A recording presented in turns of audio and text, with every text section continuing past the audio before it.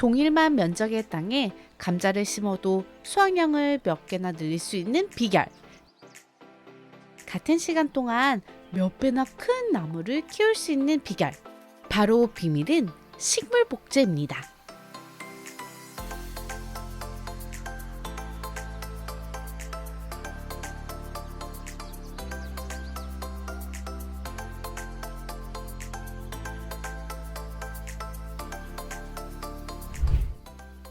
손성호 박사님은 김영삼 정부 시절 산림청 내 생물공학과 신설을 주도한 국내 최고 식물복제 권위자입니다. 세포 대량 배양을 위한 자동화 공정 개발, 산림식물 자원의 신약물질 생산 시험 등 정부 주도 식물 생물공학 분야를 이끌다 2002년 경북 영주시에 폐교를 매입해서 현재의 비트로시스를 세웠죠. 현재는 산삼 복제를 비롯해 미래 식물 자원 개발에 매진하고 있습니다. 저희 회사가 주로 하는 게 식물 복제.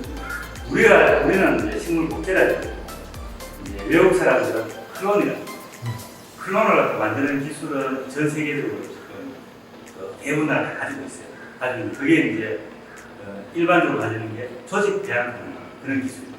그래서 저희는 이제 대량으로 클론을 만들기 때문에 조직 배양하는 기술 플러스 세포 배양을 가지고 같이 가지고 있죠.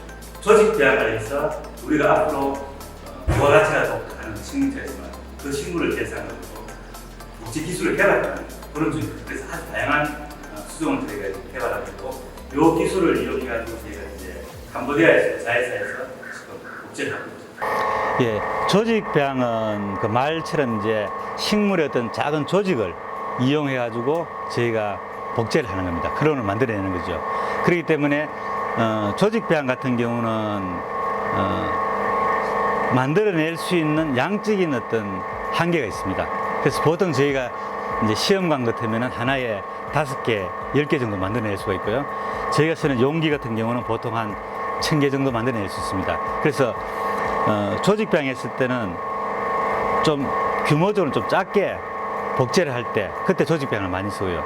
세포 배양은 이제 조직에 있는 세포를 다 저희 하나 써서 빼내 가지고 그 세포 하나하나가 식물이 복제되도록 하는 그런 방법을 쓰거든요. 그래서 양적인 면에서는 조직 배양이 한 달에 100개를 생산한다 하면은 세포 배양은 100만 개를 생산할 수 있는 그런 포텐셜을 가지고 있고요. 또 하나는 이제 뭐가 있나 하면 세포 조직 배양했을 때는 똑같은 게 다 만들어지는데 세포 배양했을 때는 제가 돌연변이 개체도 만들어낼 수 있습니다. 그래서 예를 들어서 우리가 요즘에 많이 쓰는 관엽식물 같은 경우는 파란색 식물에 흰색 선이 들어갔는지 이렇게 하면 되게 비싸거든요. 그런 경우 같은 경우 제가 세포 배양을 하죠. 세포 배양해가지고 돌연변이를 유기시키는 거예요. 예를 들면은 이제 이런 관엽식물이 있습니다. 이 관엽식물은 이 식물체는 원래 파란 이파리를 가지고 있거든요. 그럼 저희가 여기서 이제 여러 가지 처리를 해가지고 요 식물체가 하얗게 이렇게 만들어낼 수 있습니다. 요거는 저희가 이제 알바이노라 그러는데 이렇게 만들어낼 수도 있고 또 일부만 흰색이 들어갈 수 있도록 그렇게도 만들어낼 수 있습니다. 여기 잘 보시면은 요거는 보면은 한쪽은 파랗고 한쪽은 짙고 이렇게 색깔이 이게 서로 다르지 않습니까? 그죠? 이런 식으로 세포 배양은 세포 단위에서 식물을 복제하기 때문에 양적으로 많이 만들어낼 수 있다는 하는 장점하고 또 하나는 세포에다 어떤 자극을 줘가지고 전혀 다른 그런 형태적인 어떤 그런 식물을 만들어낼 수 있는 그런 장점을 가지고 있죠. 그래서 저희 회사에서 하는 거는 조직 배양하는 게 반틈이고 산업화 쪽으로 이제 넘어왔는 아이템은 전부 다 이제 생물 반응기라는 용기를 이용해 가지고 세포 배양을 주로 하고 있고 그렇습니다. 제가 이 회사를 만들고 제일 처음에 생각했던 거는 그럼 회사가 앞으로 발전하려 그러면 캐시카우로 쓸 수 있는 게 필요하겠다. 그래서 제일 처음에 했는 게 산삼을 복제하게 됐습니다. 산삼을 복제하다 보니까 대부분 사람들이 어떤 생각을 많이 갖고 있는가 하면은 산에서 직접 산삼을 캐면은 이거는 아주 좋은데 이게 어떻게 복제를 하면은 어떻게 그게 산에서 캐는 산삼하고 똑같으냐 이제 그런 이야기를 많이 들었거든요.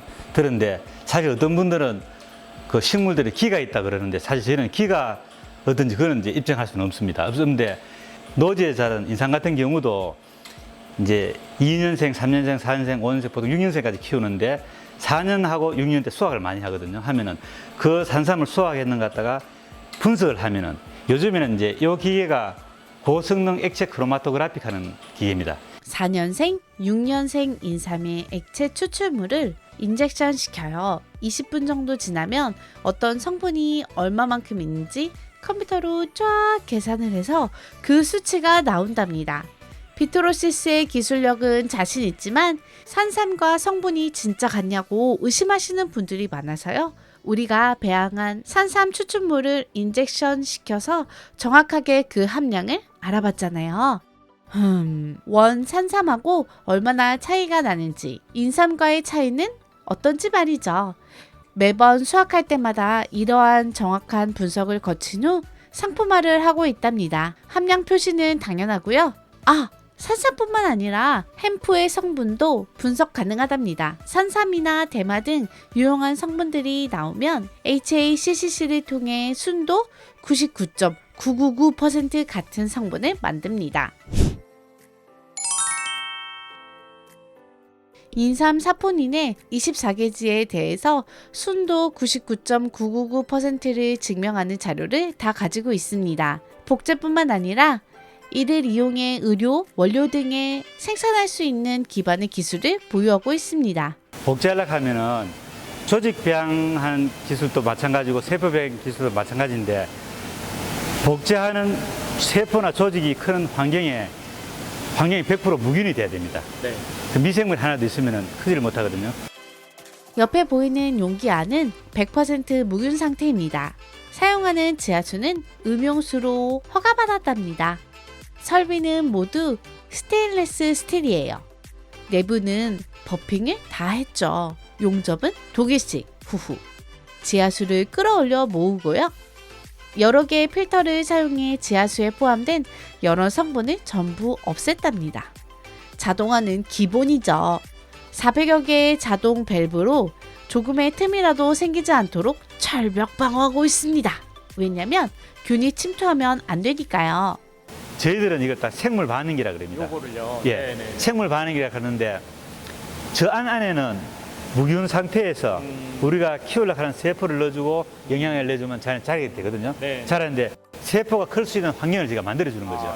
여기다가. 예. 네. 만들어주는데 지금 전 세계적으로 이 식물을 키우는 생물 반응기가 20톤짜리는 저희가 처음입니다. 이게 하나에 20톤이요. 예. 얘들이 클락 하면은 그 탄소 소스가 필요한데 그게 설탕입니다. 사실은 이렇게 생각하시면 됩니다. 식물을 키우기 위해서 식물에서 있는 물질을 우리가 넣어줘야 되는데 사탕수수를 정지하는 게 설탕이거든요. 네. 그러면 이 안에는 우리가 네. 그 뿌리들은 빛을 안 보고 크기 때문에 광합성을 못 합니다. 광합성을 해야지 포도당을 만들 수 있는데 그래서 광합성을 못 하니까 광합성에서 나오는 물질이 최종적으로 설탕이거든요. 설탕을 넣어주는 겁니다. 어떤 사람들은 머리가 좋은 사람이 있고 어떤 사람은 운동을 잘하는 사람이 있지 않습니까? 산삼 요 세포도 보면은 서로 얘는 빨리 크는 애들도 있고 또 어떤 애들은 우리가 원하는 건 사포닌인데 산삼 사포닌을 많이 내는 애들도 있고 그러다 보니까 이제 저희가 제일 좋은 거는 크기도 빨리 크고 성분 높은 게 제일 좋은 거예요.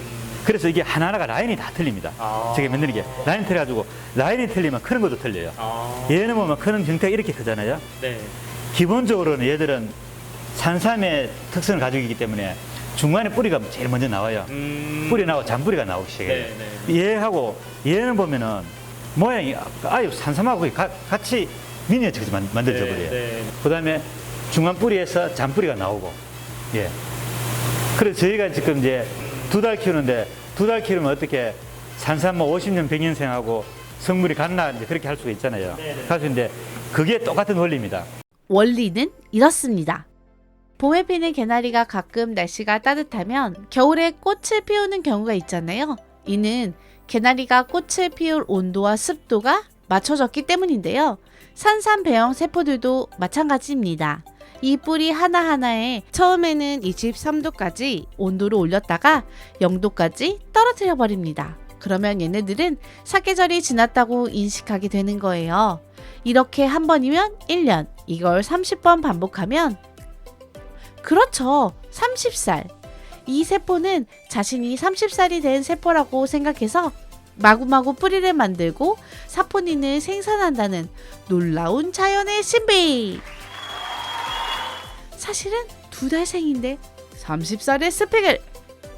가는 게 옆으로 쭉 나와요. 네. 예. 처음에는 정 같은 게, 네. 정 같은 게 중간 뿌리에 쭉 하나 자라고, 거기 작은 뿌리에 자세하게 나오는 거예요. 나와가지고 이제 까딱 차면 저희가 수확을 하게 돼요. 그리고 저희가 지금 여기는 그 큰 탱크가 18개가 있는데, 네. 회사 설립하고 나서부터 한 번도 가동을 멈춘 적이 없어요. 아, 그래요? 계속 가동하고 있어요. 예. 와우. 여기 보시면 이제 이놈들 막 많이 커가지고 중간 뿌리까지 나왔는 상태예요. 네. 요거 지나면 이제 굵은 뿌리가 막 나오기 시작해요. 가는 뿌리가 막 나오기 시작해요. 예. 손 박사님은 새로운 프로젝트에 착수했습니다. 지구온난화를 비롯한 급격한 기후변화에 탄소 배출권 중요 화두로 떠올랐는데요. 박사님은 하나의 대안으로 양질의 목재, 큰 잎을 지닌 오동나무에 주목했어요.